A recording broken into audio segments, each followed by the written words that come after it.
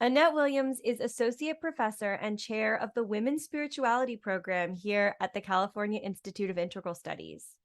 She holds a doctorate in philosophy and religion with specialization in women's spirituality. Research interests have centered on soul healing from sexual trauma and on the theme of women's spiritual power and agency within the Yoruba Ifa tradition.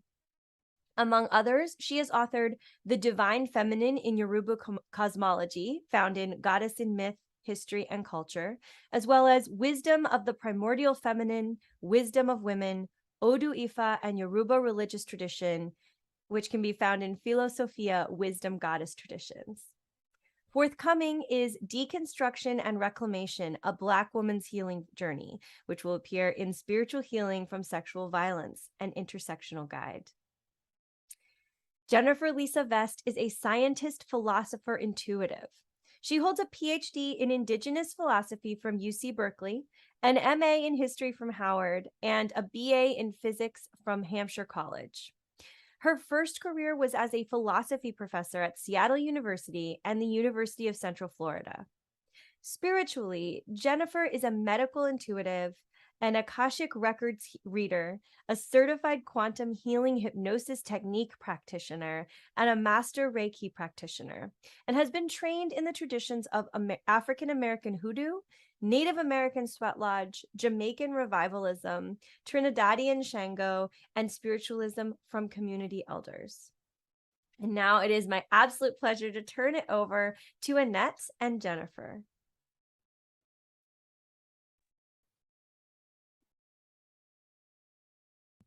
Okay. Hello, everyone. Good evening and welcome to a conversation with Dr. Jennifer Lisa Vest on her book, The Ethical Psychic, A Beginner's Guide to Healing with Integrity, Avoiding Unethical Encounters and Using Your Gifts for Good. We learned a bit about Dr. Vest in the introduction. And I would like to say about her book, I thoroughly enjoyed reading the book. It's really clearly organized. It's very accessible. It's a very accessible guide to becoming an ethical psychic. It lays out the traits of an ethical psychic. What are the ways in which a psychic can be unethical, intentionally or unintentionally, and how to become an ethical psychic.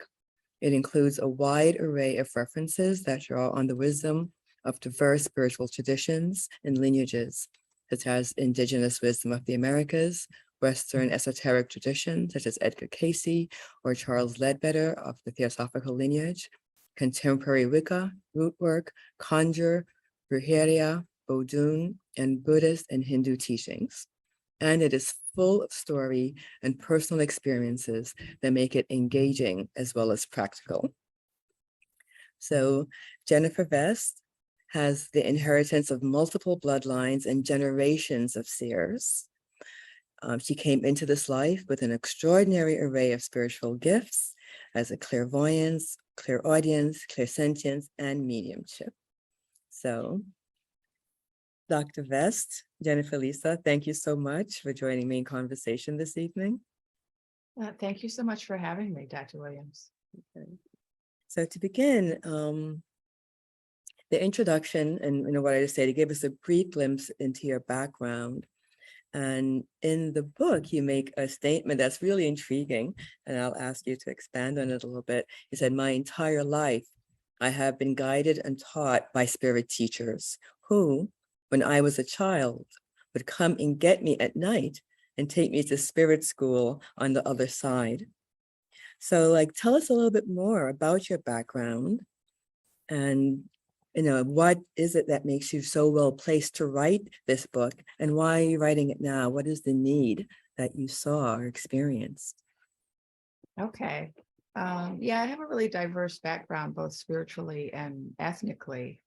And I think that has positioned me well to be able to write a book which really speaks to a broad audience, people in different cultural traditions practicing different types of medicine. I had spirit teachers for as long as I could remember. And when I was real young, they would take me to spirit school, where I would sit in a classroom full of little balls of light. and learn. And later I got to travel to the future and the past and to different places on the planet and other planets. And throughout my life, they just were giving me teachings. And so I believe that I was chosen to write this book by spirit. I don't really feel that it was so much my decision to write it as it was my decision to listen and to do what I was told. And which is pretty much how I live my life. And you know, when I look at some of the, you know, kind of earth-based reasons for why I might have been chosen to write this book, it, you know, may have to do with the fact that I have training as a philosopher. I used to teach ethics as a philosophy professor. And then I've also taught psychic and healing arts for over 10 years. I've also worked, you know, as a medical intuitive, as a medium, as an Akashic Records reader. And I've had a lot of colleagues. And so I've witnessed my students trying to take shortcuts, which is getting them into hot water in terms of ethics. And then I've seen my colleagues make unethical choices. And I've also lived in spiritual communities or been involved in different spiritual communities where I've also seen unethical behavior by spiritual teachers. And so I feel like the combination of my training and my experience kind of predisposed me to want to address this topic. And the reason that I felt the need to write it now is because I kept seeing, you know, all of these behaviors. And what I could see was that my students didn't really have access to the knowledge. They weren't being taught the ethics. The way that you learn the ethics typically is traditionally you learn it from a teacher. And in a lot of traditional ways of learning medicine, you have a teacher who teaches you, you know, what is the right thing to do in the context of developing your gifts. But nowadays, everybody is learning from books, or they're learning from YouTube or TikTok, or they're taking, you know, weekend workshops, and they're not getting that same FaceTime with an elder or a teacher who's going to teach them how to be a good person. And so I felt that there was a lack, and that perhaps this book could be used to fill that missing piece. Right. Thank you. Yeah, that's true that, you know, in many spiritual traditions, most indigenous spiritual traditions, in this, on this continent and on other continents, there is a long period of apprenticeship before one dares to hang out their shingle, you know, you know, and call themselves anything. Right. Yeah. So, okay. And as at the top of your introduction, the very top, you quote a Lakota medicine man, Peter Catches, as saying that to qualify as a medicine person requires many sacrifices. So what are the sacrifices made to be an ethical psychic? And what sacrifices have you made along the way? Well, there are a lot of sacrifices, and I think that's why so many aspiring psychics and healers do end up becoming unethical, is because they're not willing to make the sacrifices, or they don't think they should have to. And so I can name some of the sacrifices that I made. I gave up status. I used to be a professor. I had a lot of status and clout. And I gave that up to pursue this path. I gave up money. This is not a get rich quick scheme. You know, you can make money doing this work, but there's no guarantees, and you may have to struggle financially for quite a while before that happens. So you may have to give up the security of knowing you're going to have that money. One of the funnier ones is presumption of sanity. A lot of people think you're crazy when you start dabbling in, you know, anything to do with the other world. People will question your rationality, whether or not, and if you're an intellectual, they'll question your intellectual rigor. You know, I was a professor. I kept my psychic side of my life very quiet for many years because my colleagues made fun of it. They made fun of anybody who said anything about psychic or paranormal topics. And so talking about it or coming out and really pursuing this path openly opens you up to a lot of critique from intellectuals. You might have to sacrifice your love life. There are not a lot of people who are willing to date a psychic. I wonder why.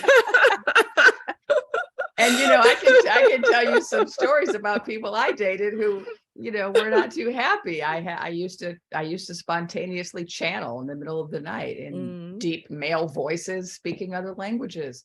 This is back before I had control of my gifts.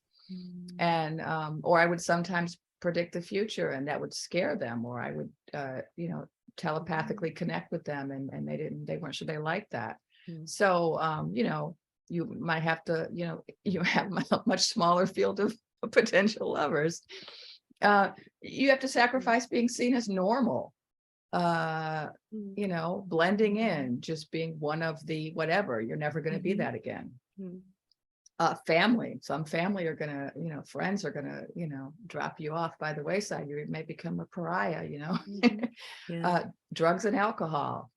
You can't really do drugs and alcohol and follow this path. And so that kind of spontaneous, easygoing life of fun where you're just like taking drugs and partying, that's something you have to give up to do this work. A lot of those sacrifices just seem based in other people's fear. This is the fear and the misunderstanding of what the gifts are and how the gifts, are used ethically. Say so, yeah. It's also about just being very careful and very responsible. Like with the drugs and alcohol, when you're doing this work, like we're doing mediumship, if you use drugs and alcohol, you can really get into trouble with maleficent beings. Well, yes, I'm going to come back to that point. Actually, it's interesting.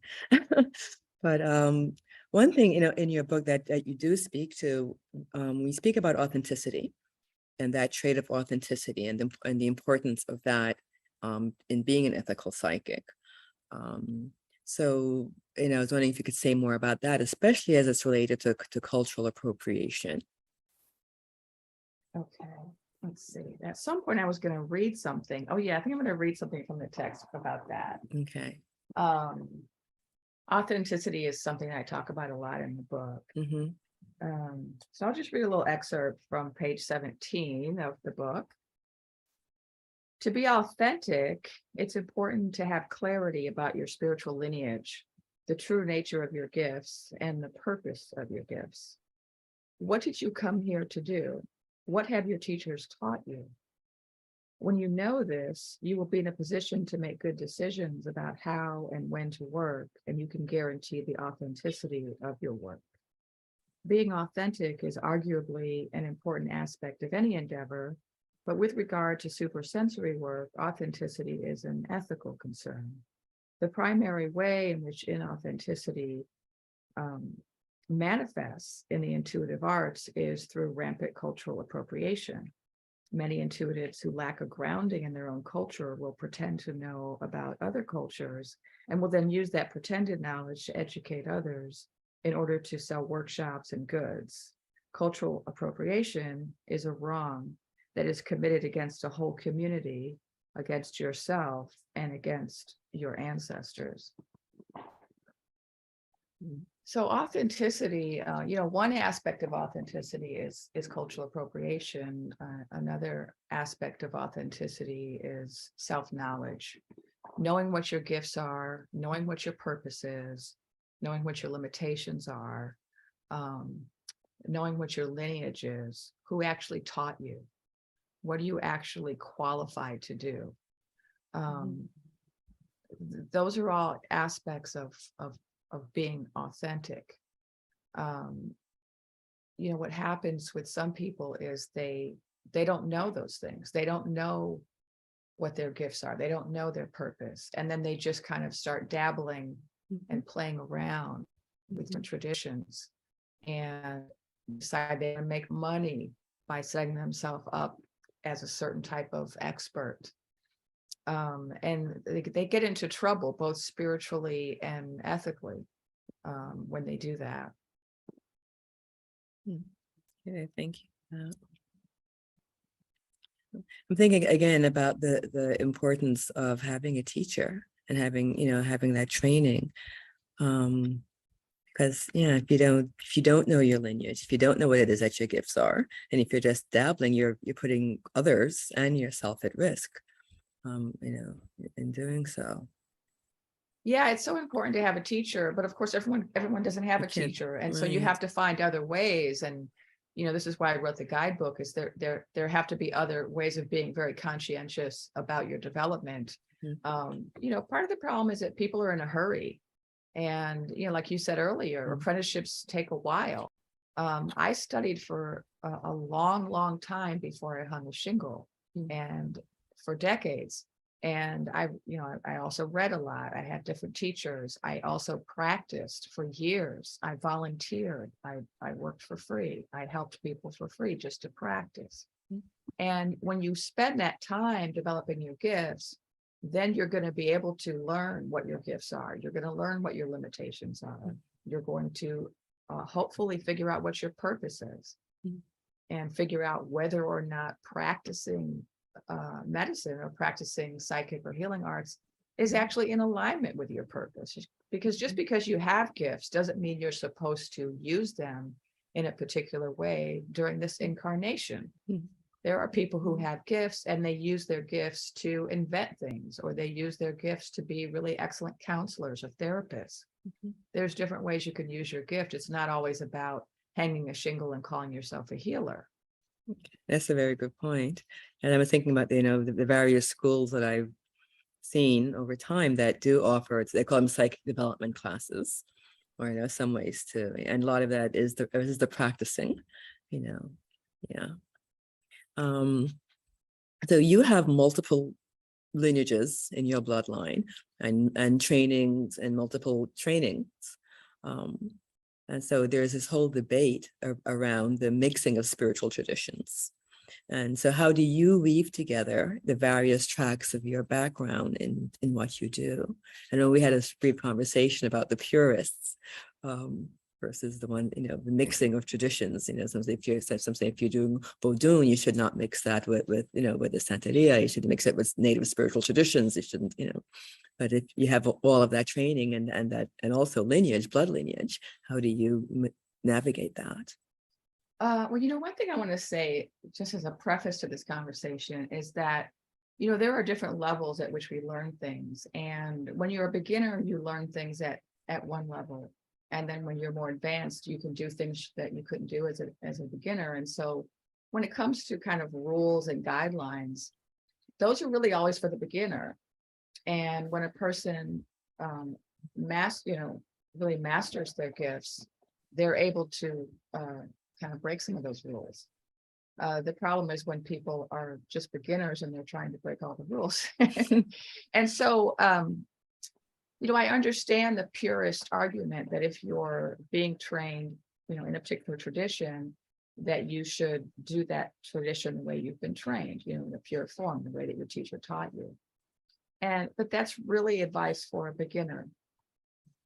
Once you have done that for a certain amount of time, it usually is considered acceptable to then add on additional teachings from other teachers.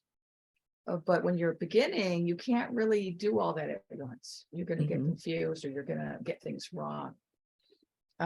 So I didn't mix traditions until very recently. I was trained in different traditions. So, like, for example, I got trained in some Afro-Caribbean traditions like Shango and Revivalism and Pocomania. And while I was receiving those trainings, that was the only thing I was doing, right? I wasn't mixing in anything else. I was then trained in Native American Sweatlodge. And while I was getting that training, that was the only thing I was doing. And then I was trained by spiritualists for several years, and that was the only thing I was doing. And I followed the rules. They say you don't bring anything else in, just do it this way. And because I'm a mixed race person, there was a way in which I was never going to be an authentic anything. Every time I was in a different community, when I was in the Black community, I was always passing as Black, always questioned about my true heritage. When I was in the Native community, I was always passing as Native, questioned about my true heritage because I was always, mixed. And so I would try to kind of be a purist. I would try to segregate my life so that when I was in the Native community, I would just practice the Native traditions and, and the African American, And it wasn't until really recently that basically Spirit put me on this path of mixing traditions. And, I was actually told by Spirit that I was supposed to go teach at this Women of Color healing retreat. And even though there was no logical reason why I would, because I didn't know the people organizing the event, and I didn't, no one had called me. But anyway, of course it happened. And I ended up at this event. I ended up teaching. I ended up being asked by the women there to continue teaching in the Bay Area. I ended up, then doing ceremony that was for women of color. And as a result, I mixed all my traditions because my class was several different people, it was people from different ethnic groups. And I wanted it to be something that was, resonating with all of them. Now, the reason I have the training I do and the different traditions I have is because for the most part, my teachers chose me and I didn't choose them. So until about 15 years ago, all of my teachings were from people who kind of grabbed me and said, "Come here, little girl, and we're going to teach you. You're one of us. You need to follow me and learn this." And I was kind of reluctant, and I was trying to lead a normal life. I was trying to be an academic and an intellectual, and this kind of thing kept happening, where teachers kept priestesses and mothers and kept saying, "Hey, you need to do this." And so I ended up with this kind of eclectic mix of trainings that I didn't choose, but that did correlate with my heritage. So I was trained by, Caribbean, and I have Caribbean heritage. I was trained by Black, I have Black heritage. I was trained by Native, I have Native heritage, right? And I was trained also by white spiritualists, and I have white heritage. But it really wasn't until I was then called to mix them. And I think it also required a certain kind of maturity and self-confidence on my part. I'm in my 50s now, and I think earlier I didn't have the confidence to take that risk and to risk being criticized and being told, "What are you doing? You can't mix those, what are you, mixed blood? What are you doing? You're not authentic." I'm no longer afraid of that. I'm no longer worried about that. I feel very confident about how I've been guided. And I feel very confident that the work that I'm doing is beneficial. And so I'm no longer worried about people saying, "Oh, that's not a pure tradition." I know it's not. It's not supposed to be. Thank you. And that sort of leads right into the next topic. And another one, a quote of yours is, "The ego is not responsible for the information we receive psychically." And this, you're speaking about the importance of being a clear vessel, or little hollow bones, which is a term used by Sioux medicine man Fool's Crow, who you quote. So yeah, so that, again, just an expansion on that concept of the clear vessel, and sort of, we need our egos. We need our egos to be in the world, but somehow the setting aside, or putting the ego to the side to allow, to allow spirit to move through you and to move you where it is that they think you need to be, or where it is they know you need to be. I shouldn't say think, where they know you need to be. Yeah, I mean, you can see when I listed all the sacrifices, how much you have to give up the ego to do this work. Because you're going to be made fun of, you're going to be questioned, you're going to, those things just can't matter anymore when you're doing this work. The hollow bone is probably the one aspect of my teaching that I emphasize the most in all of my classes, the importance of becoming a hollow bone. And this is Fool's Crow, medicine man's idea that I I just then am carrying forward. But he said that in order to be any type of a medicine person or any type of a healer, you have to become a hollow bone. And he talked about how you really have to keep that bone clean.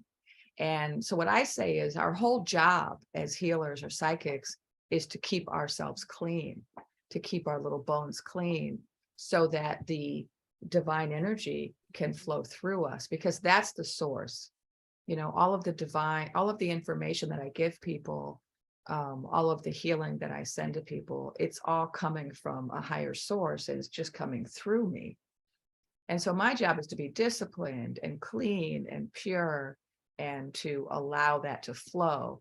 And one of the biggest obstructions to the flow of high vibration energy through your hollow bone or your vehicle is ego.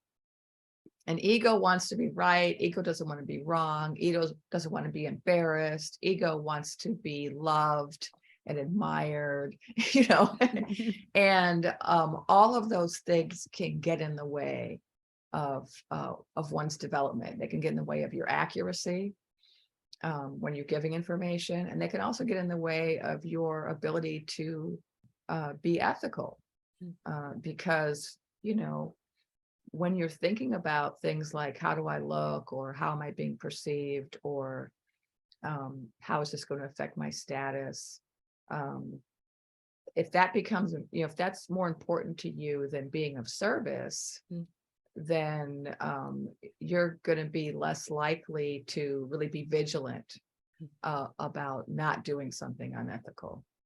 You're going to be tempted.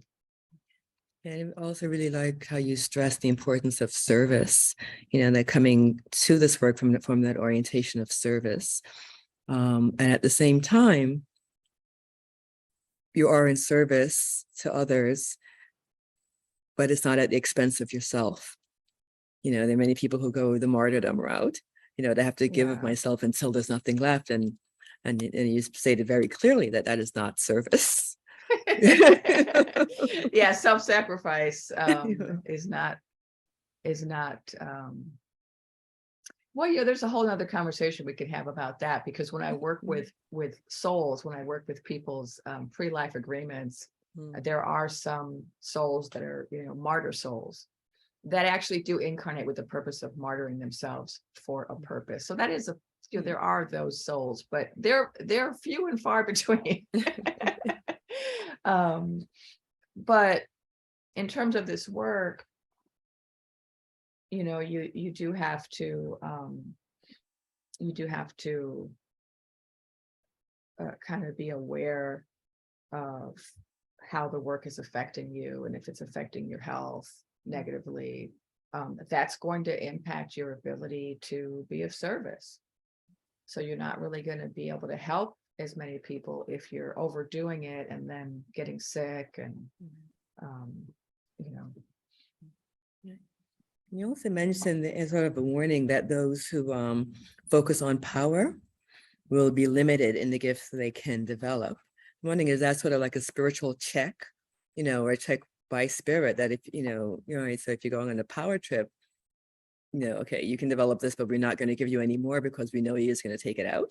It's really one of the greatest temptations. The students I've had and the colleagues I've had who have kind of gone on that filthy magic path of using their gifts for to harm people or to overpower people, it's always about them wanting to have power. Either they want power, or they want money, or they want status, and then they take shortcuts.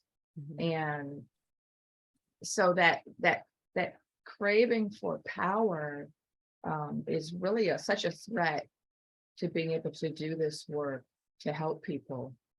Like if you see a lot of books out there on witchcraft and hoodoo and spell making, they're trying to appeal to that baser nature. A lot of them are like, hey, learn this spell and get anybody to fall in love with you, or learn this spell to get your boss to promote you, or to get back at your enemies. And a lot of those books out there, they're appealing to that kind of base desire to have power over other people, or sometimes just to have power in your life because you feel overpowered by other people. And I understand it as a desire that people have, but it always leads to trouble. It always leads to trouble, and it always leads to people engaging in unethical behaviors because their craving for power becomes more important than their desire to help others or to not harm others. And as you were speaking, I was thinking about, don't they know about karma? But then you have, of course, what is karma? And they have a whole discussion also about karma as part of the soul's journey. And I want to get into the discussion about the soul and the soul's journey. And it's going to have to be, before we delve into that, you use some language that I think most people are familiar with, but I just want to quick definitions. The Akashic record, or the soul library. Okay, the Akashic Records is an energy library. Sorry, we have an echo. Okay, it's stopped now. Yeah. The Akashic Records is an energy library that contains records of all the souls that have ever incarnated. So it has energetic imprints of souls, their different lifetimes, their purposes in those different lifetimes, their agreements in those different lifetimes. And this is information that certain people can access. Okay. And earthbound spirits and hungry ghosts. Yeah, so those are kind of two different terms for the same thing from different cultures. I believe hungry ghost comes from Chinese culture, and earthbound spirit is the same thing. But it's this idea that there are some spirits that after they pass, instead of going to the light or moving on to the other realm and doing what they're supposed to do next, which might mean going to spirit school or getting some healing work or doing some spirit work on the other side, or reincarnating, they will stick around Earth. And they typically do this because they are attached or addicted to something in the physical realm and they don't want to give it up. So either they're attached to people that they can't give up, or material things like their house or their belongings, or they are addicted to something like drugs, alcohol, food, sex. And then those spirits will hang out and be kind of bound to Earth, kind of stuck on the Earth plane. Well, you spoke a bit about that spirit attachment, but this is more spirit attaching itself to an individual. Yeah, so often earthbound spirits will attach themselves to individuals who are still living in order to fulfill those addictions. And so, for example, alcoholics often have attachments of alcoholic ghosts, and they attach to them so that they could vicariously enjoy the alcohol. And this is why it's so hard for alcoholics to become sober, because they're not just fighting their own addiction, they're fighting also the addictions of however many spirits are attached to them. And so you can have multiple spirits attached to you. Right. I did some work with some people. I've done some spirit release work, and for a while I was doing a lot of spirit release, and that's how I found this out. I kept finding people who were having drug or alcohol issues, and when I would put them on my table, I would end up pulling off like 4 or 5 earthbound spirits who were alcoholics when they were alive. A lot of them were family members. And so when people say, oh, it's part of my family history and it's in the genes, it's not just in the genes, it's also in the aura, because a lot of these ancestors will stick around and haunt, right, or attach to their descendants because they're still addicted. And that's why you have things like alcohol and drug abuse that are multi-generational. That's one of the reasons. Okay. Other thoughts, but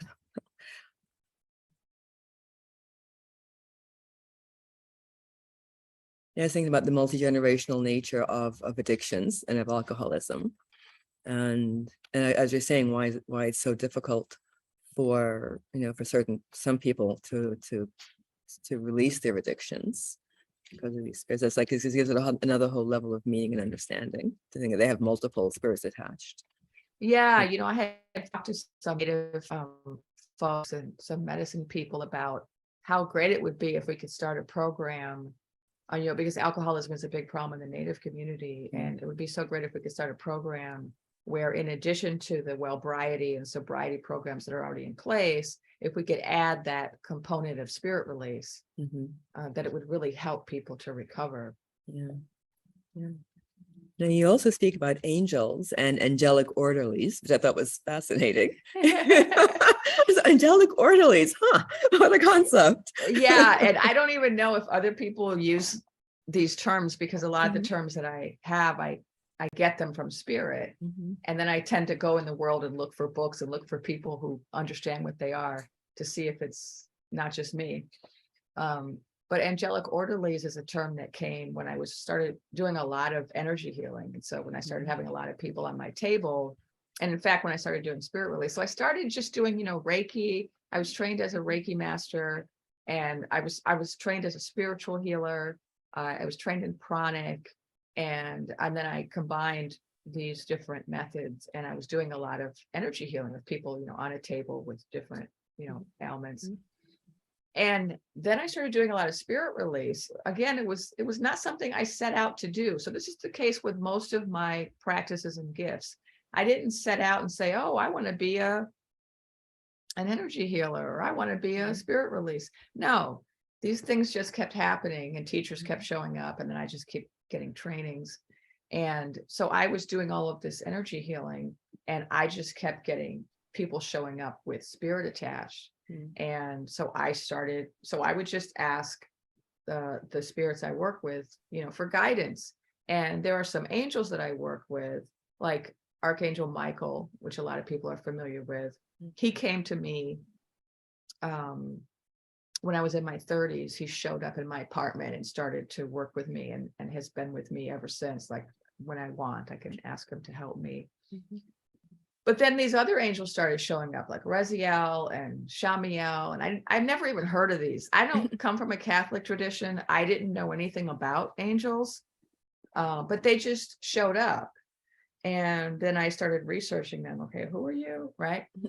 And they would assist me with healing. Well, then I started having these angelic orderlies. And so sometimes when there's a spirit attached to a person and I want to send them to the light, what I was directed to do was to open up a portal to the other world, and then to send the earthbound spirits or any other entities to the light.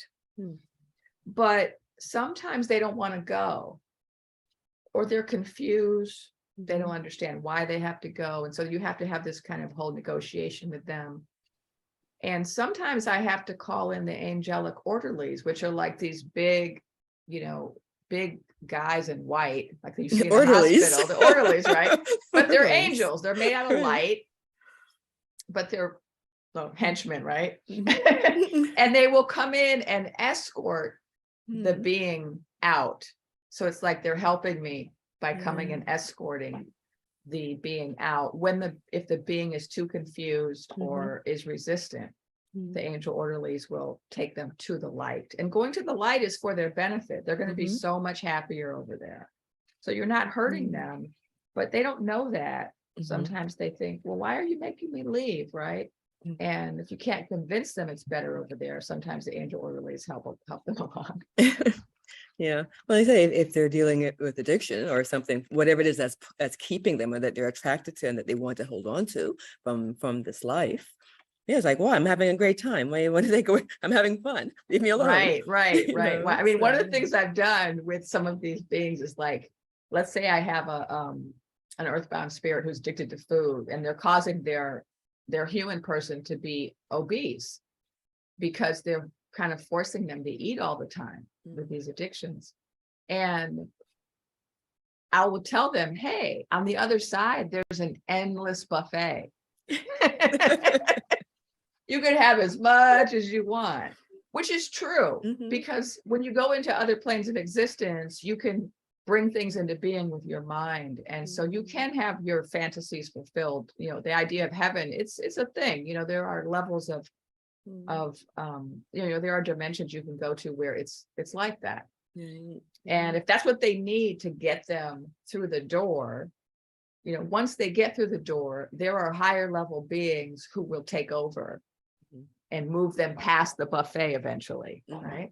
So you spoke of portals, you know, just is it okay? Now there was a bit of a reverb.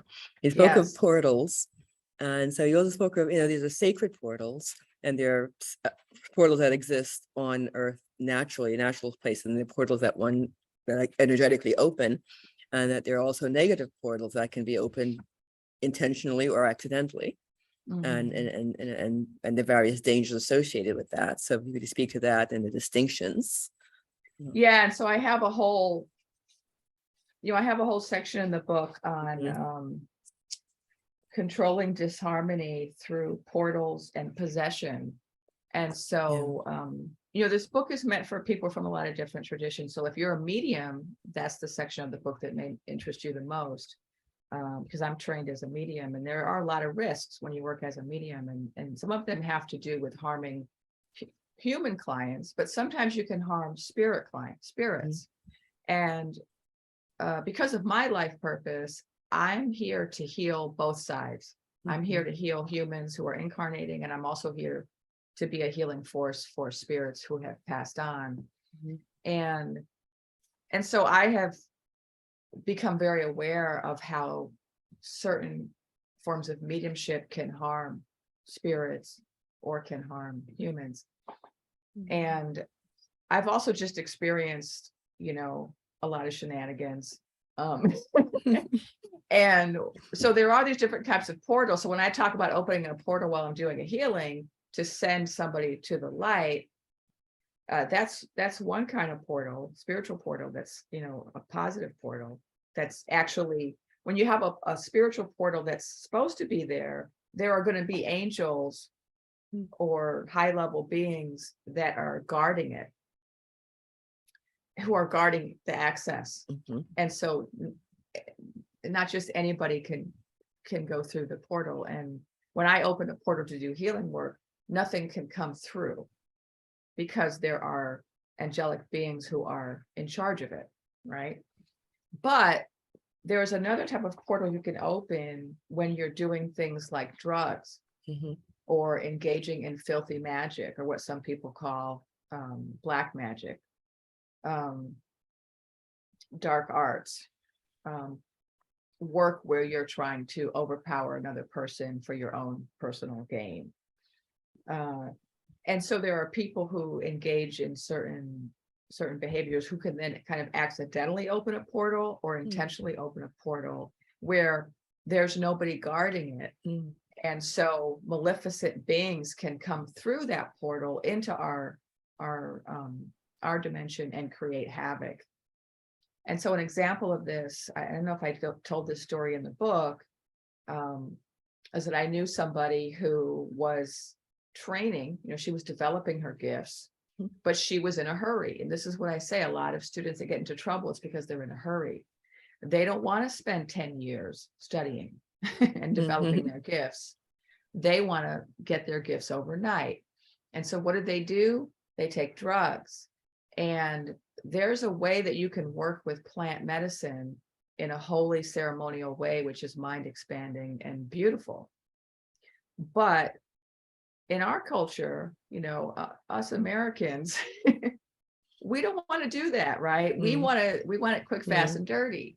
And so instead of having to go to a ceremony and fast and listen to a medicine person tell you what you can and cannot do and follow all the rules in order to have an experience with, say, ayahuasca or mushroom peyote, we would rather just go and get our own plants and then do our own thing. And this is what this person did. They went and got some plant medicine and got some friends together and went into a room and basically just got high and called it a ceremony. But it wasn't a ceremony because, they didn't pray. They didn't have a medicine person there to safeguard the people. they didn't have any protection set up. And so what happened was when they did these drugs, they accidentally opened a portal in a room. And as a result of that was that a bunch of maleficent beings started coming. There's traffic. And this was a healing room where they opened the portal. And so then people who were going into this healing room to get healings were getting harmed instead of healed. So people who drink a lot of alcohol, people who do drugs, people who even do holy herbs like ayahuasca and peyote, if they do them improperly without a medicine person, without ceremony, without prayer, they can accidentally open up these portals, which can cause a lot of problems.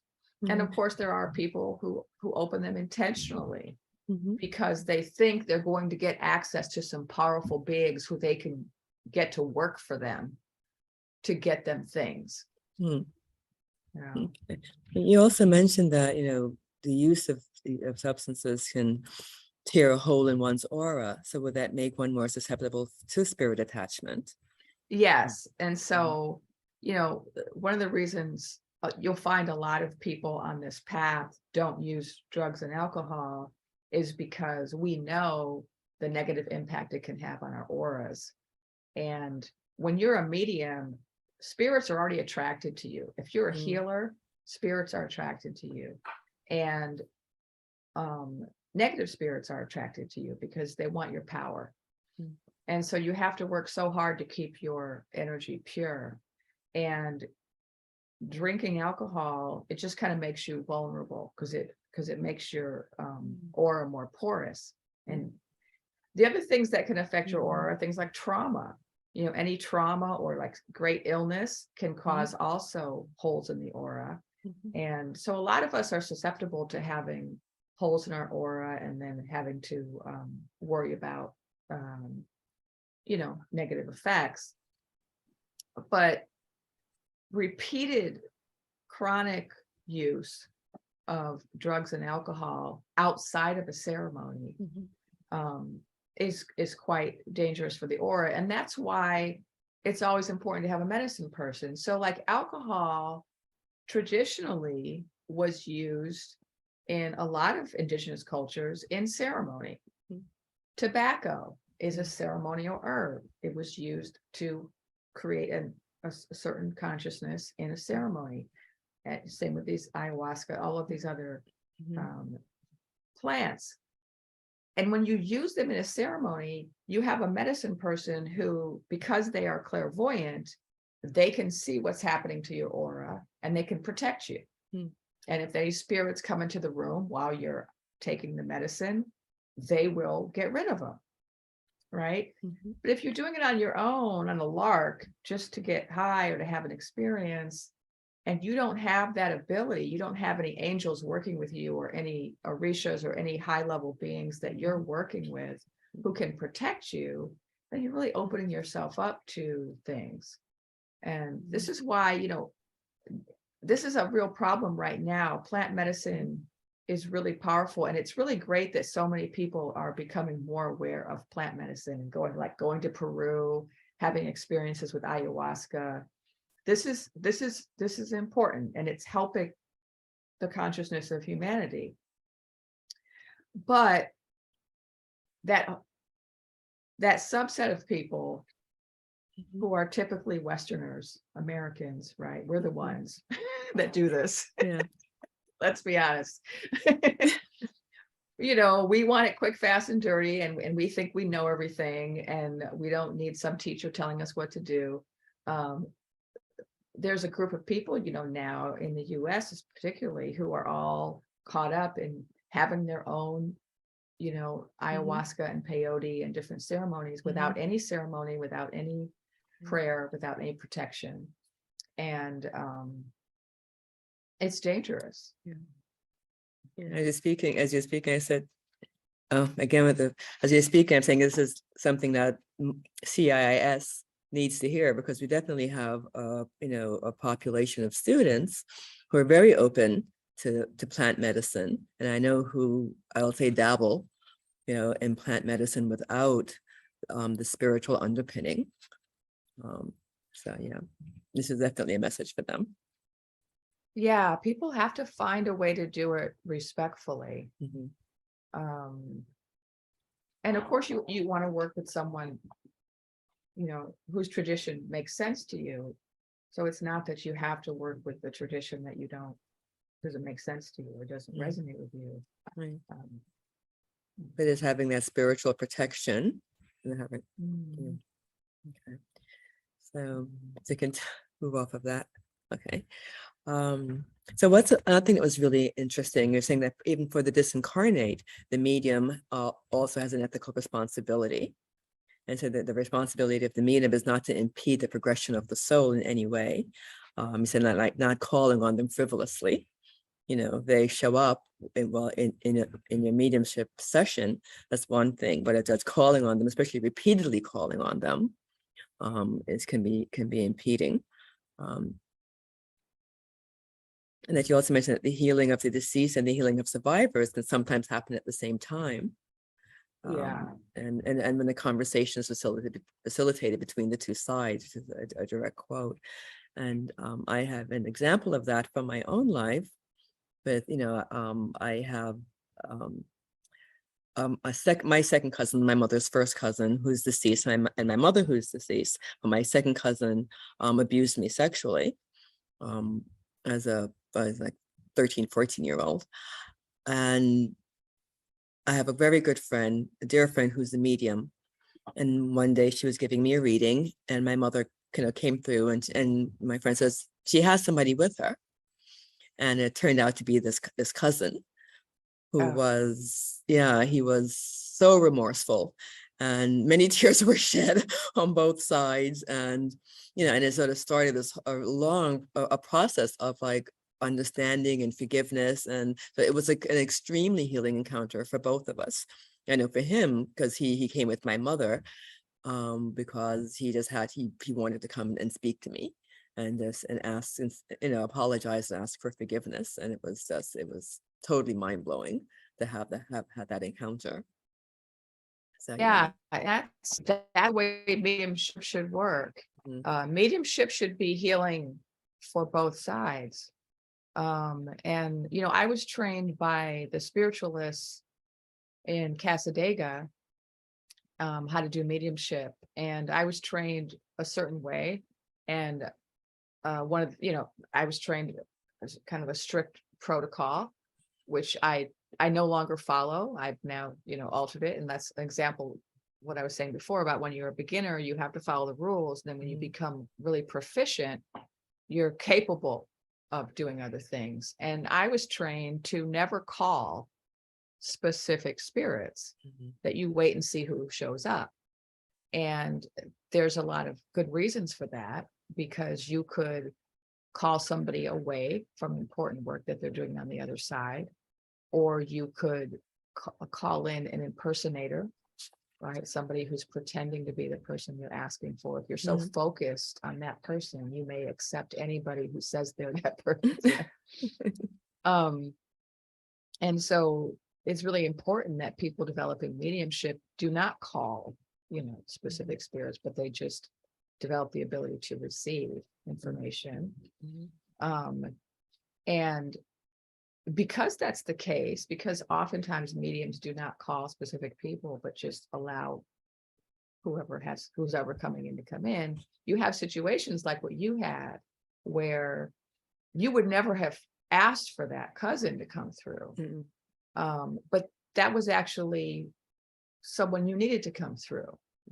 And so it's good to be open to, sometimes the spirit world knows better than we do what a person needs for their healing. And so somebody may come and say, well, I really want to speak to my mother because I love my mother and I miss my mother. But then, an uncle comes through or cousin comes through, because that's where the healing is. And yes, it was very healing for your cousin. And so your mother, I would assume, was doing service by bringing him through. She was helping him and helping you. So your mother is probably kind of an advanced soul, that she was in that position. Yes, but you would say Yeah. that because my mother has often just come through spontaneously, but sometimes she comes through and the energy is like, I have things to do, places to go, people to see. Let's get this on. What's going on? Like, I'd be like, she's very busy over there. I'm sure she is, if she's taking on, yeah. And you'll see that. I've seen that a lot, where people who are kind of more advanced, they will bring through those less developed souls, like your cousins, in order to help them or to help someone else. Yeah, I think we have a few minutes before we go to Q&A. So I want to go back to karma and to the nature of soul contracts. And when I read that section, it's really interesting. I've got, from some of the examples you gave and the personal story, the importance of keeping judgment is sort of in abeyance, because you don't know what a person's soul contract is. Right. And that's such an important part of being an ethical psychic, is not judging your clients and not trying to give advice based on, particular views you have, or prejudices or biases, or, strong feelings you have about what your client should be doing. Because you don't know. And so I tell stories about how I had some strong feelings about certain topics, but I had to learn by my encounters with certain spirits, working with clients, that some people incarnated to be on a certain path, and we in society may perceive that a certain way. An example I give in the book is adultery. We might perceive that as, really problematic.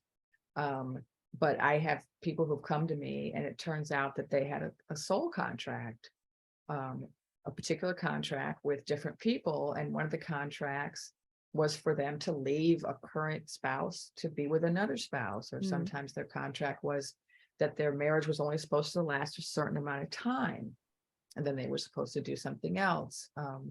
And there's also just all kinds of contracts that we have that on the earth plane look like chaos, and or look like mistakes or tragedy. But it's a part of a contract that somebody signed up for, that in order to learn something or teach something. And if you don't know that, and then you make judgments about a person's life based on your kind of limited earth experience, you won't be able to really help your clients as much as you can. And you could even hurt them, because one of the things I talk about, one of the risks of psychic work, is making matters worse. And so if someone comes to you as a psychic or as a healer, they're usually coming to you because they're in distress. They're going through something. They're sick, or they're dealing with financial distress, or divorce, or there's something going on in their life that's hard. And it's very easy for you to make matters worse, right? If you say the wrong thing, or if you judge them, or judge their choices, or advise them to do something based on your preconceived notions about what's the right thing to do, rather than what's actually in alignment with their purpose. Right. Thank you. Yeah. So we're going to transition to Q&A, question and answer, in a few minutes. But I want to ask you one last question, and that's the nuances of truth telling. Yeah, you mentioned the 3 Ds. I think it was death, disease, and divorce. Yeah, so in my book, I talk about the 3 Ds, and I'll tell a little story about that once. I used to run a fair, a psychic and healing fair. And I had a lot of different psychics and healers who would come and do these little 15-minute sessions. And we offered it as a kind of a community service, because it wasn't a money-making operation. The little $20 sessions. And but it was a great way for people who were unfamiliar with this work to be introduced to it, and to get something of benefit for very little bit of money. And I was the founder and the director of this. And I only had one rule for my psychics, and that was do not give the 3 Ds to your clients. Do not tell them they're going to die. Do not tell them they're going to get divorced. And do not tell them, oh, now I've forgotten my 3rd D. death, disease, and Yeah, divorce. don't tell them that they have a life-threatening disease. Hmm. And I remember I had this one psychic who was very upset about that rule. And she said, I don't think that's right. I often tell people when they have a life-threatening illness. And I said to her, hey, that's okay in your private practice because those are your clients. And presumably you're going to spend like an hour with them. Maybe you have their phone number. You can stay in touch if they need help. You can make sure they're okay. But somebody walking off the street for a 15-minute reading, we don't know them. We don't know what's going to happen to them when they leave here. We don't know the impact. If we tell them something really terrible, we don't know what they're going to do with that information. And so that's one of the rules that I teach to my students is try to avoid the 3Ds. And I say in the book, it's not that you can't ever give the 3Ds, it's that you have to be very careful when you do. And so some people might say, oh, like you're not being totally honest, right? And I've had some psychics. I had this one client come to me in the fair, and she was asking about a divorce, and I was not giving her what she wanted. And I said, you know what? I'm not the right person for you. And I said, I'm going to send you to someone else because she's going to tell you the really bad stuff that you want to hear. Because I'm not going to tell you. And so I sent her to someone else, and I gave that psychic permission. I said, you can go ahead and tell her everything, That's not the way I work. So you have to be very careful. You tell somebody they have a life-threatening disease, it could become a self-fulfilling prophecy. You could be wrong. As psychics, the very best psychics in the world are only like 80-90% accurate. They're very top.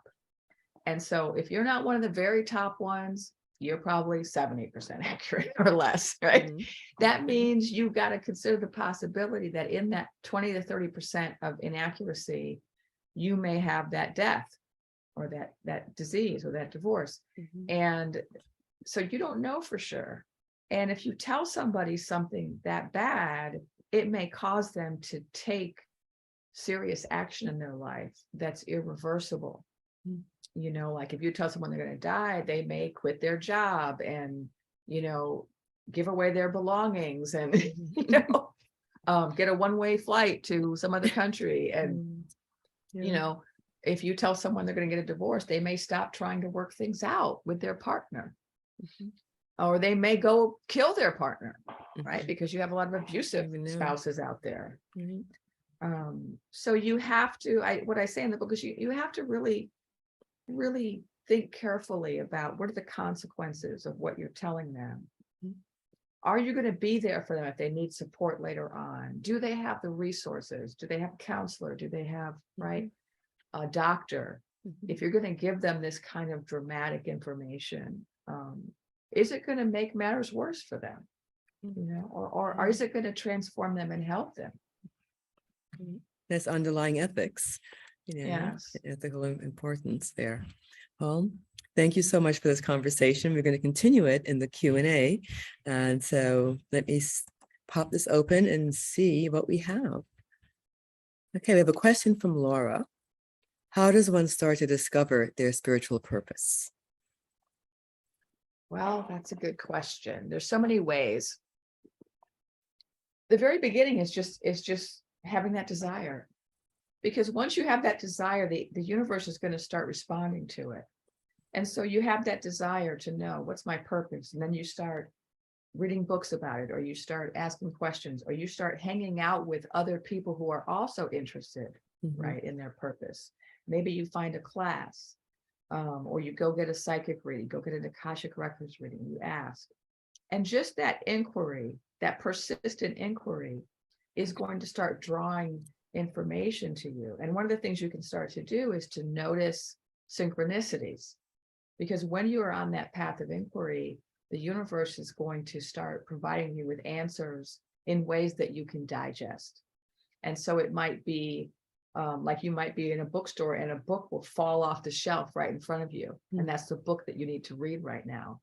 Or some person will show up in your life and just say something. Like I was walking my dog the other day, and I ended up in the park, and this Hindu priest starts talking to me. And he said all these things to me that I really needed to hear that day, and so people will just show up in your life. Just by you having that inquiry. You can also start to ask your guides or your higher self, depending on what you believe in, or if you believe in angels or your God, start asking, saying, please show me my purpose. And you can ask for dreams to show you your purpose.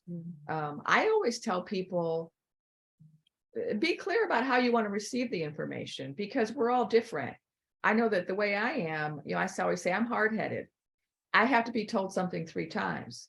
And so when I was younger, I was always getting these, dramatic messages from spirit, but I was like, that could be just a fluke. But they would have to kind of hit me over the head with it. Like I'd have to see it again and again. I also wanted things in black and white, because that's the way my mind works. So I often got messages on buses, billboards, and drivers' license plates and bumper stickers, like spelled out. Your purpose is to love. Like that's how I would get my answers, because that's the way I needed them. So when you're asking for this answer, also say how you want it. I want to hear it. I want to see it. I want it to be very clear. I want to get it 3 times. I want to, and you just keep asking and you'll start getting answers. Okay. There's another question here from, is when you say, sort of a dovetail, when you say teachers show up in quotes, was it through courses, workshops, etc.? Speaking about your teachers show up, or is that in a literal sense? And then do you offer mentorships? Okay. I'll tell you a little bit about how my teachers showed up. When I was when I was very young, when I was a baby, my great grandmother started teaching me, because she identified me as having the gift from the time I was very young. And obviously I wasn't asking for that teaching. And then there was a way in which these elders would always just show up in my life and start giving me wisdom. So that's what I mean. They just kind of showed up on my path, like wherever I was, people kind of crossed paths with me. And then there would be times when I thought I was doing one thing, and then I would end up getting a teacher. So for example, there was a certain point in my life when I was sick, and I had my grandmothers come to me and tell me I had to go do 4 sweats. And so I had to go find a sweat lodge, and I hadn't done any sweats in many years. And I was living in Seattle. I didn't really know anybody who ran sweats. And so I ended up finding a sweat lodge, and I go to this sweat lodge to do this sweat, because I'm trying to listen to the ancestors. And I get there, and I'm just at the fire, where they're heating up the rocks as you're preparing for the sweat. And the firekeeper walks up to me and says, "You're a firekeeper. You need to be trained as a firekeeper. I will train you." Right. So there was an example. I was not looking for any teaching. In fact, I said to her, "Well, I don't know about that, because I was given clear directions to come here and sweat." And so then I had to go to the sweat lodge leader with tobacco and ask her, "What do I do? My grandmother said to sweat. The firekeeper says to train. What am I supposed to do?" And then the sweat lodge leader ended up telling me I was going to do both. And so that's how I learned to be a firekeeper. That happened to me also in the Caribbean, where I was traveling, and then these priestesses and these mothers would come up to me and say, "You are a healer. You are," they had different names for it over there, but they had names for people like me. And they said, "This is what you are. I'm going to teach you." And so I had that experience a lot when I was younger, until I got to like my 40s, until I started actually taking classes. And so I wasn't taking classes all those years. I was just being approached and getting this kind of traditional teachings. And then later on, I did consciously decide to go and take classes. Now, normally I do teach a lot of classes and I see a lot of clients. I'm actually right now not doing that work. I'm actually on a break. I was injured, and then my guides directed me to pivot away from all of the healing and teaching work to writing. And so then I wrote this book, and I have 3 more books that they have me working on. And so I only teach occasionally now. So I did have apprentices. I don't have any right now. I will in the future, but I need to right now focus on the books that they want me to focus on. I am going to be teaching some classes on some platforms like the Shift Network and Ions in next year. And so those will be available. You can probably find them when I start doing them on my website. So, thank you. And next question is, how does cannabis affect psychics and mediums? That's a good question. I don't think I have an answer to that. I can tell you, actually, I had a teacher in Jamaica who did teach me about cannabis many years ago. She told me that cannabis had been used for many generations as a healing herb. This was way back in like the 80s that I got this teaching. And she said, so this was way before it became like legalized and medical marijuana became a thing over here in the States. This was way back in the 80s. And she said, this has always been a medical, a healing herb. And she said, but it was never meant to be used recreationally. And it was never meant to be used every day. She said, it's a powerful medicine. And she said it was supposed to be used, ingested, not smoked. And she said it was only supposed to be smoked for lung conditions. And that otherwise you were supposed to ingest it like as a tea or as food. And that it was a very powerful medicine. And so I think I can take from that, if I'm going to kind of take anything from that relates to your question, I would say that it's one of those things that you want to use in moderation. That if you use it excessively, because she really cautioned against people who used it daily, because she said all medicine, is also poison in the wrong dosage, and that was true of all herbs, all plant medicines, that you have to take them in a dosage that's healing, and when you take it at a certain dosage, it becomes poisonous. And so I would say that's what I learned from her about cannabis, that if you're going to use it with psychic development, you would have to use it in moderation, and you really should only be using it for a healing purpose. What's your purpose in taking it? In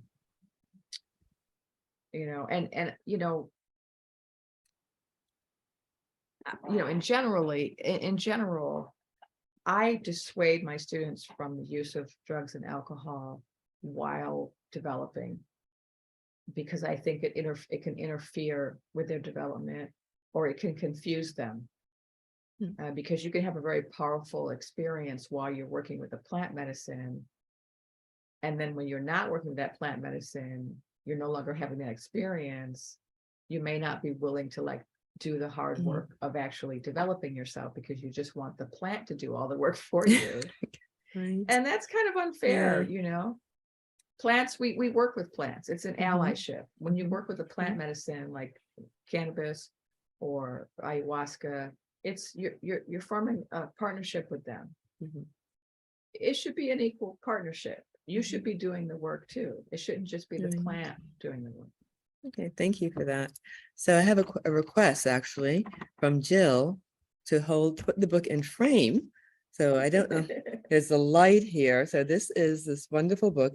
Unfortunately on my end, I have a glare there. There you are. There you go. So if I move it back there, okay, there you are. So this is the book. And I think I think there was public programs I put up how you can purchase the book also. So we have another question. Marcus Books. Marcus Books. Marcus Yes. Books, the black-owned bookstore in Oakland is where you can get the book. Yes, it's still there, thank goodness. You can get it everywhere, but I recommend Marcus. Okay. So, this is a big question. Okay, so what do you see as the future of our species? Wow. Yeah, that's a small question. And well, I'm going to answer that slightly I'm not going to answer it as what I see so much as I'm going to answer it as what I've been told. So I have guides that work with me and have worked with me my whole life, and they regularly give me information about the future of the world. In fact, I have a podcast called Journal of a Medical Intuitive where I share some of that information.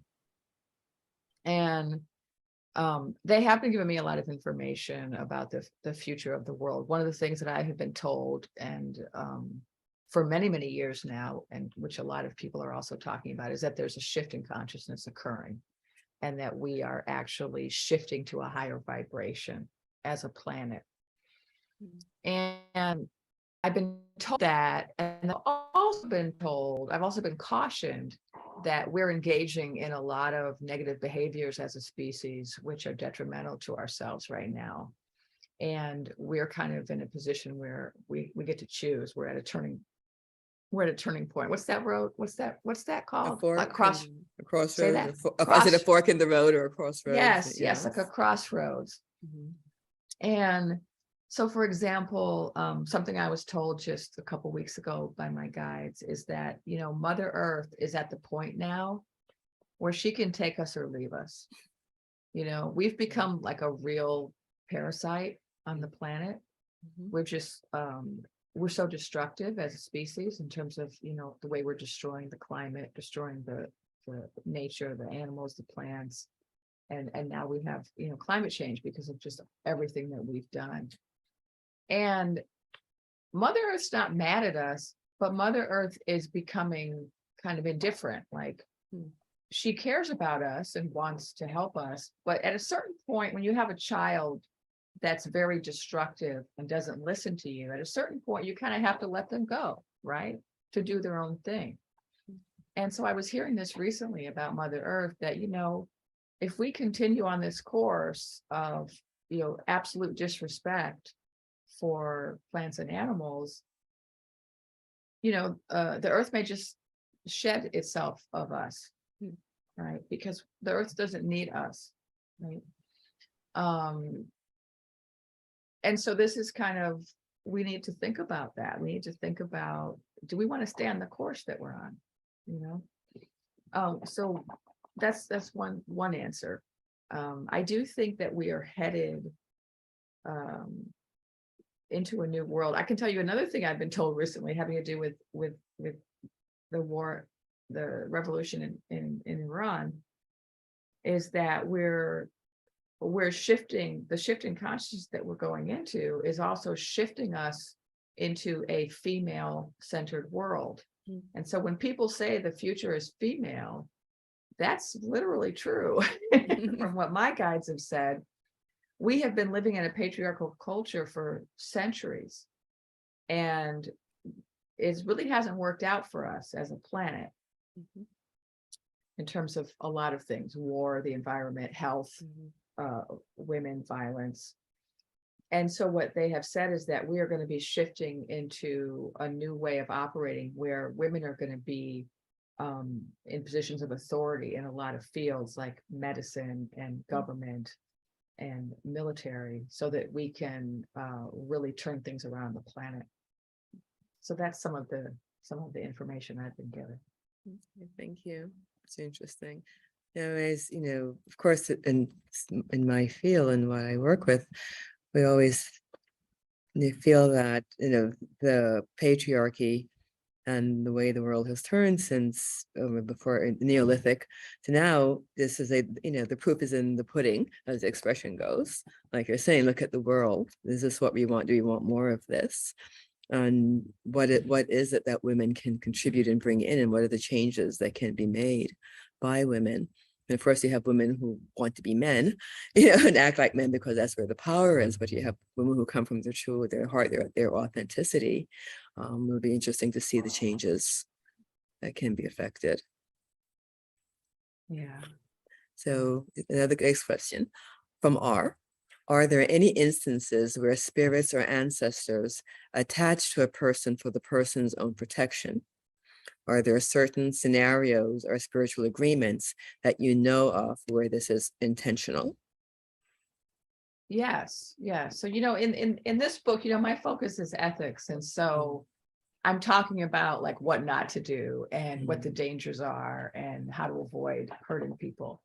And so that's why I don't really talk about, well, these things like, sometimes our ancestors attach to us to help us. And so I can, sometimes we'll have like grandparents or, great grandparents who will walk with us on the earth plane in order to guide us or to assist us or to protect us.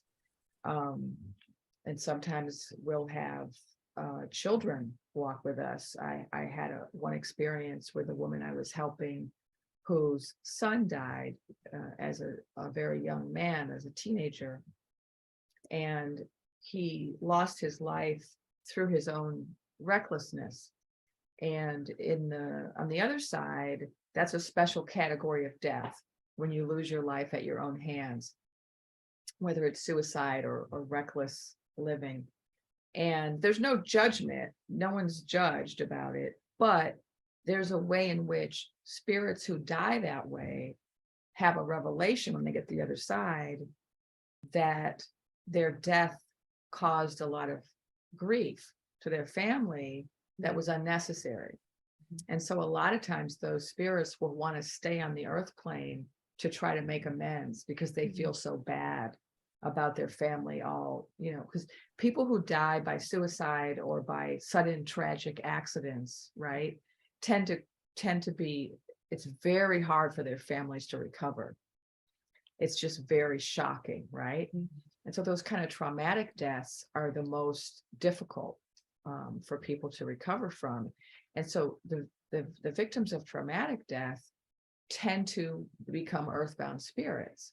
And sometimes for good and sometimes not so good. Sometimes they're just here because they're so sad about the way their family is grieving and they feel so bad about it.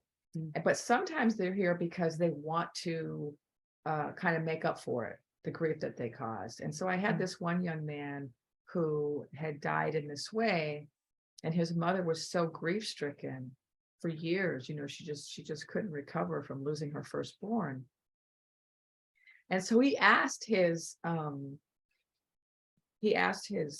guides over there, his incarnation guide, if he could become her guardian angel and to make up for having left so suddenly and caused her so much distress. And he was allowed to do that. And he was allowed to kind of be with his mother for years. And the contract was, he's going to stay with her until she no longer needs him. And that was an agreement he made. And that was comforting for her. And it was also healing for him because it allowed him to give back after having kind of taken. So you do have a number of situations like that. And they're different from earthbound spirits that are harmful because their presence is healing and helpful. So they're not going to make you into an addict. They're not going to make you, put you on a bad course in life. They're going to be helping you. They might even guide you to a particular spiritual development or a particular teacher, or help you to develop a certain gift to pursue a certain career. Thank you. It's really beautiful and heart-touching, is that story. From Patrick. Hi, Jennifer Lisa. Thank you so much for your words and generous explanations. I have already been caught up to speed listening to you here. One question I have is, do all souls who develop soul consciousness develop psychic sensitivity? And do all those with sensitivity end up healing or being a medium? Or are there many paths for those with a strong inner attunement that does not have to do with healing others directly, as you do, like indirectly, through art or books or music, for instance? This is Ty. There's a lot. Do you want me to? You said there's more that he's No, that's it. I mean, it's a lot thrown in there. Oh no, we kind of mentioned this earlier, right? How just because you have gifts doesn't mean you have to make that your central work. because a lot of people come in with gifts, and the gifts are not there so that they can become mediums or healers, but they're there for them to become really good at what they came to do. Like a musician, a lot of musicians are mediums. They're channeling the music, right? It's coming through them. A lot of visual artists of different kind, dancers, singers, they are channeling the art. And so that is a form of mediumship. We don't maybe call it that, but that's what it is. Anyone who is in the arts, a lot of people in the arts are kind of aware of this. They may not use those terms, but I'm a poet, and I was very aware from an early age that I was being spoken through, that the poetry was coming through with my pen onto the paper, right? And that when I would paint, the image was coming through the paintbrush onto the paint. Michelangelo talked about this, how he was giving form to something that was coming through him. And so, yes, there are a lot of people like that. There are souls, celebrities. Celebrities are usually a certain kind of soul that came in with a certain gift that allows them to, they have certain really big auras that allow them to attract a lot of attention. And that gift can be used in different ways. You can use it as a spiritual leader, you can use it as a spokesperson, you can use it to entertain or to heal people through art, through drama. So there's a lot of ways that gifts can manifest. I'm going to go back to your earlier question because I'm going backwards. Your earlier question was, does everybody who has, I forget the language you use, soul. Do all souls who develop soul consciousness develop psychic sensitivity? No, because those are different things. And psychic gifts are something that we develop over multiple lifetimes. And that's true of a lot of gifts. And so when you see a child born into this life and they can already play the piano really well, or they can already sing really well, chances are they develop that gift over many lifetimes. And the same is true with psychic gifts. Like I had gifts from a very young age. I was a born medium. I was seeing spirit, as a toddler. That's because I developed it over many lifetimes. Now, that is why some people will go and take psychic development classes or mediumship, and they just won't really progress that much. And they'll be frustrated that they're so slow in learning, and then their classmates are fast. It's because they have different past lives. And it's also because they have different purposes. And so you manifest psychic gifts in this lifetime if those gifts are necessary for the purpose that you've signed up for in this lifetime. And if psychic gifts are not a part of your purpose, you don't need them. So they won't show up. You can be a very advanced soul, or somebody, I think that's what you're referring to, somebody with a high level of consciousness about yourself as a soul, and still not necessarily manifest psychic gifts if it's not in alignment with your current incarnation. I hope I answered all the questions. I think that's a good answer. Yes, I would say yes. That was from Patrick. So we have a last question, and it was something I was going to ask you. What is self-care for the psychic? So the question from the audience is, what practices do you have in place that support you in doing the work you do? Yeah, that's one of the things that I wish I had talked about more in the book. I think I only talked about it briefly. But you can only teach what you know. And I didn't know a lot about self-care. And I've kind of been learning a lot more about self-care after going through a kind of traumatic health crisis. And so there's a lot of things that you can do. And there's things that I do. One of the things I do is I have a dog who takes care of me. And he's very healing for me. And I walk every day because I have him. And I go to the park every day. I spend some time in nature every day. And I have always found that I need to spend time in nature. And so for the past, I don't know, a few decades, I have always either lived in nature or have made traveling to nature a regular part of my schedule. So like I go to retreat centers to do hiking. a few times a year where I can meditate and hike. It's very refreshing and refueling for me and grounding. I also spend as much time as I can going to the beach. And like I moved to LA about 10 years ago, and I made a commitment to myself when I moved there that I was going to go to the beach every week, no matter what was going on in my life, because I noticed it was very healing for me. Before that, I actually lived at the beach in Florida, and I noticed that people in LA who were very sick of LA or unhappy, I'd always say to them, when's the last time you went to the beach? Here you live in a beach town. This is a town, this is a city on the ocean. Most of America is landlocked, you know, and they weren't going to the beach. And I said, you got to go to the beach. It's so healing. And so I try to go to the beach at least once a week. And then meditating every day is very important for, you know, keeping. I used to meditate, you know, a few times a day. Lately, since my accident, it's like once a day. I'm trying to get back to a few times a day. But at least I also listen to solfeggio frequencies throughout the day, all day, you know, healing music. All of this is just very good for, you know, the system. And of course, you know, being careful what you eat, avoiding excess in terms of, you know, anything that's, you know, harmful to your body, avoiding excess, keeping things in a balance. Those are all things that I do to kind of keep myself grounded and refreshed. And I also do regular cleansings. You know, I burn herbs in my house and pray every day. So there's a lot of things you can do. Yeah, it's quite, yeah. I know just for the everyday workaday person, and for myself, that being in nature, just finding some time to be, even my backyard is so healing. You know, little bunny rabbits back there. And I see one of that, so just have like the joy of a child that comes over me, because it's just so wonderful to be in nature and to see nature. It's very, and that's easy. And it's something that's pretty much you can easily do in the Bay Area. Is just find a patch.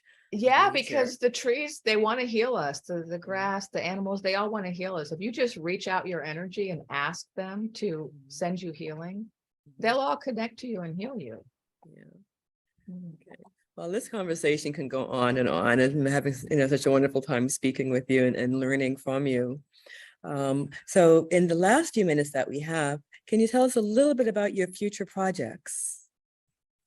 Okay, right now I'm all about the book launch for Ethical Psychics. So I have a lot of book events coming up in the Bay Area, Los Angeles, and I'm going to be traveling throughout the country, doing book signings and talking about the book. But I'm also working on 3 other books. My guides have directed me to get 4 books published. And so the book that I'm working on right now is on Native American philosophy. And that one's gonna hopefully be coming out next year. And then I have a 3rd book that I'm almost done with called The Medical Mystic. And that's all about medical intuition that I do, medical intuition, medical mediumship, and medical mysticism. And then my 4th book is a memoir about my journey to becoming a medical mystic and a teacher, and everything that I do spiritually. And so those 4 books are part of my project. And then I'm also working on a school, and it's called Metatron's Academy of Spirit and Science. And Metatron's Academy is a school whose purpose is to conduct research on CIIS, psychic science, in order to address global needs and to train a critical mass of psychically gifted individuals to facilitate and accelerate the global shift in consciousness. And so this is something I've been working on for several years. The entire vision for the school has been channeled from spirit, from my Council of 12. They've, you know, dictated kind of all the terms of the school. And so that's something that I'm working on as well. That's very exciting to hear. But in the immediate future, there's a book launch tomorrow at Yoga Love in Oakland, and the address is 3851 Market Street in Oakland, and that's at 7 p.m. So if you can make it there, and of course, there's some COVID protocols in place, and most is an indoor-outdoor event. So hopefully you can make it there. And thank you again, Dr. Jennifer Lisa Vest, for this beautiful, wonderful, wonderful conversation and for your book. So, and now I would like to bring back Alex to say goodnight. Thank you for holding up the book.